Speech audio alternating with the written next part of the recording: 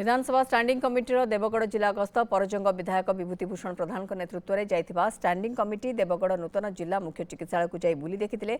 Committee Parjang विधायक विभूतिभूषण प्रधान, तेलकोई विधायक doctor फकीर मोहन नायक, फुलबाणी विधायक उमाचरण मल्लिक, सालेपुर विधायक प्रशांत कुमार बेहरा प्रमुख जाइथिले। ए कमिटी देवगढ़ जिला मुख्य चिकित्सालय परिदर्शन कर रोगी मानक सेमानकर समस्या संपर्क में पचारि बुझिथिले। एथिसहित रक्त परीक्षा केन्द्र को जाई विभिन्न उपकरण संपर्क में आलोचना करथिले। कमिटी देवगढ़ जिलापाल कार्यालय विकास भवन में आयोजित समीक्षा बैठक में विभिन्न सरकारी योजनार कार्यकारिता को नहीं समीक्षा करथिले।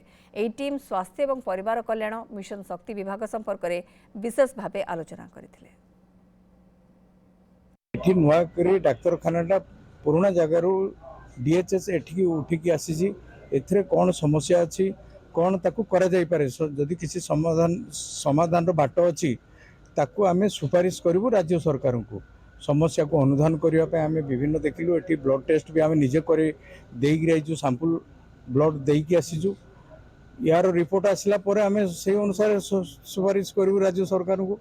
विभिन्न मेडिकल को आम परिभ्रमण करुचु सेटाकार जहाँ समस्या ताकू आम कलेक्शन कला परे आम सरकार को सेटा सुपारिश करूँ। ए देवगढ़ रे पहुँचला परे आम देखिलु आमर एटी नुआ मेडिकल एटी 6-7 मास हम नुआ मेडिकल डीएचएस को सब स्थानांतरित होती। गोटे मुख्य अभियोग रहा कि टाउन रे जोटा थिला सेटा भी केमितिया 24 घंटिया चालू एवं विशेष भाव में सारा ओडिशा जाकर डाक्तर समस्या रही। आम सरकार से प्रति तत्पर अच्छा।